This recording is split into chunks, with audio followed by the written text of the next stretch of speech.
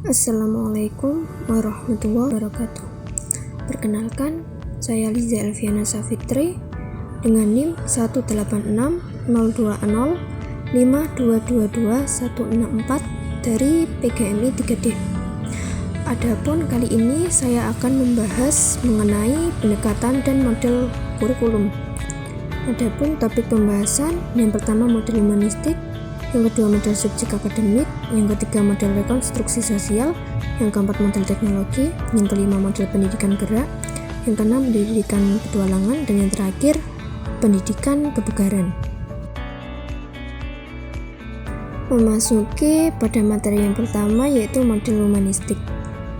Pada model ini didasarkan pada aliran pendidikan humanisme atau pribadi. Aliran pendidikan ini bertolak dari asumsi bahwa peserta didik adalah yang pertama dan utama. Pada model ini, pembelajarannya berpusat pada peserta didik. Kurikulum ini selalu mengedepankan peran siswa di sekolah. Dengan situasi seperti ini, anak diharapkan mampu mengembangkan segala potensi yang dimilikinya. Dalam proses penerapan di kelas, kurikulum humanistik menuntut hubungan emosional yang baik antara guru dan siswa. Guru harus bisa memberikan layanan yang membuat siswa merasa aman sehingga proses belajar pun lancar. Di sini guru tidak boleh memaksakan segala sesuatu yang muridnya itu tidak suka. Nah, model konsep kurikulum ini mempunyai karakter pendidikan yang berorientasi ke masa sekarang. Siswa dipandang mempunyai potensi intelektual, sosial, afektif, fisik, motorik, hingga memperlancar proses belajar mengajar. Yang kedua yaitu model subjek akademik. Kurikulum subjek akademik merupakan model konsep kurikulum yang paling tua. Kurikulum ini menekankan isi atau materi pelajaran yang bersumber dari disiplin ilmu. Tingkat pencapaian atau penguasaan peserta didik terhadap materi merupakan ukuran utama dalam nilai keberhasilan belajar siswa. Oleh karena itu, penguasaan materi sebanyak-banyaknya merupakan salah satu hal yang diprioritaskan dalam kegiatan belajar mengajar oleh guru yang menggunakan kurikulum jenis ini. Di sini, kedudukan guru sangat penting dan dianggap serba menguasai terhadap berbagai disiplin keilmuan yang sudah ada dan diturunkan sejak zaman dulu. Teori pendidikan yang digunakan dalam konsep kurikulum subjek akademik ini adalah filsafat pendidikan perennialisme dan esensialisme. Aliran perennialisme berpendapat bahwa pendidikan dikatakan berkembang dan maju bila kembali kepada nilai budaya atau prinsip yang sudah ada, baik zaman dulu maupun pertengahan, sebagai dasar budaya bangsa dari masa ke masa, dari abad ke abad. Sedangkan esensialisme adalah filsafat pendidikan yang berorientasi pada nilai hasil cipta karsa manusia yang sudah ada sejak awal perkembangan umat manusia. Menurut kedua aliran ini, berpandangan bahwa pendidikan itu tidak lagi memerlukan pencarian dan penemuan karena sudah cukup dengan budaya yang sudah ada sejak zaman kuno. Yang ketiga yaitu model rekonstruksi sosial. Kurikulum rekonstruksi sosial ini memusatkan perhatian pada problem-problem yang dihadapi dalam masyarakat atau memiliki hubungan dengan masyarakat. Kurikulum ini bersumber pada aliran pendidikan interaksional. Menurut mereka, pendidikan bukanlah merupakan upaya sendiri, tetapi merupakan kegiatan bersama, interaksi, juga kerjasama. Interaksi di sini mempunyai makna, yaitu tidak hanya mencakup interaksi pendidik peserta didik, tapi juga interaksi antar siswa serta siswa dengan orang lain di sekitarnya juga sumber belajarnya.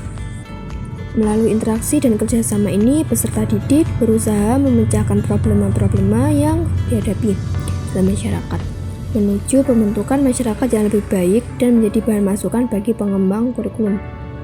Kurikulum model rekonstruksi sosial ini kurikulum yang diinginkan karena kurikulum ini berorientasi pada kemajuan di masa yang akan datang, terutama menyangkut kehidupan sosial kemasyarakatan. Sebagai hasil dari pembelajaran, diharapkan siswa dapat menciptakan model kehidupan masyarakat yang dapat diimplementasikan pada kondisi yang berbeda. Yang keempat yaitu model teknologi. Model konsep kurikulum teknologi pada dasarnya dipicu oleh kemajuan ilmu pengetahuan teknologi yang menuntut para pelaku pendidikan untuk menggunakan dalam proses pendidikan. Hasil kemajuan teknologi dimanfaatkan dalam bidang pendidikan baik dalam bentuk perangkat lunak atau software maupun perangkat keras atau hardware. Pengertian teknologi sebagai sistem model kurikulum yang dikembangkan lebih menekankan pada penyusunan program pengajaran atau rencana pembelajaran yang dipadukan dengan alat dan media pengajaran yang mengikuti perkembangan teknologi yang semakin canggih, seperti pada proyek dan juga media-media online yang digunakan dalam belajar. Juga sosmed-sosmed lainnya yang menjadi sasaran untuk belajar. Hal ini untuk menunjang efisiensi dan efektivitas pembelajaran yang dapat diakses dan mempermudah bagi pembelajar untuk mendapatkan ilmu pengetahuan sesuai dengan kebutuhan peserta didik. Model kurikulum ini mengutamakan pembentukan dan penguasaan kompetensi dan berorientasi pada masa sekarang dan masa yang akan datang. Adapun ciri-ciri kurikulum model teknologi, yang pertama yaitu tujuan diorientasikan pada penguasaan kompetensi yang dirumuskan dalam bentuk perilaku hasil belajar yang dapat diukur. Tujuan ini bersifat umum dan dijabarkan menjadi tujuan yang kecil atau lebih khusus, yang dalamnya terkandung aspek kognitif, afektif maupun psikomotor. Yang kedua, metode pengajaran mengutamakan individual. Setiap siswa menghadapi tugas sesuai dengan kemampuan masing-masing, disesuaikan dengan tingkat gaya belajar kemampuan masing-masing. Konten materi atau isi kurikulum banyak diambil dari subjek akademik atau disiplin ilmu. Yang terakhir yaitu evaluasi menggunakan pendekatan kondisional. Artinya dapat dilakukan kapan saja ketika peserta didik menyelesaikan suatu topik dan dapat mengajukan diri untuk evaluasi. Evaluasi ini sebagai alat umpan balik apakah tujuan, materi, dan strategi yang digunakan dalam proses pembelajaran mencapai target atau belum. Hasil evaluasi ini dijadikan pertimbangan dalam mengambil keputusan tentang peserta didik untuk melanjutkan atau mengulang materi yang belum tercapai. Selanjutnya yaitu model pendidikan gerak. Pendidikan gerak yaitu kurikulum yang menekankan pendidikan gerak lewat gerak yang mula-mula dikembangkan oleh Rudolf Laban. Melalui pendidikan gerak, keterampilan gerak peserta didik dikembangkan melalui aktivitas yang bervariasi. Selanjutnya yaitu pendidikan petualangan. Pendidikan petualangan atau adventure education yaitu kurikulum yang berisi aktivitas yang menantang di alam bebas dan disesuaikan dengan kebutuhan peserta didik.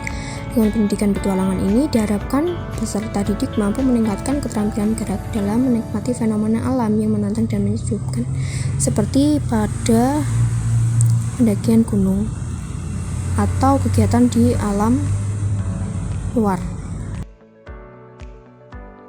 Yang terakhir, pendidikan kebugaran. Pendidikan kebugaran atau fitness education yaitu kurikulum pendidikan kebugaran menekankan pada pengembangan kebugaran peserta didik. Program pendidikan kebugaran mengarahkan anak agar aktif berarti di sekolah untuk hidup sehat dan memiliki kemampuan fisik yang baik. Contohnya yaitu pada setiap sekolah pasti memiliki mata pelajaran penjas. Seperti pada materi kecepatan yaitu lari sprint. Sekian materi yang dapat saya sampaikan, semoga bermanfaat. Wassalamualaikum warahmatullahi wabarakatuh.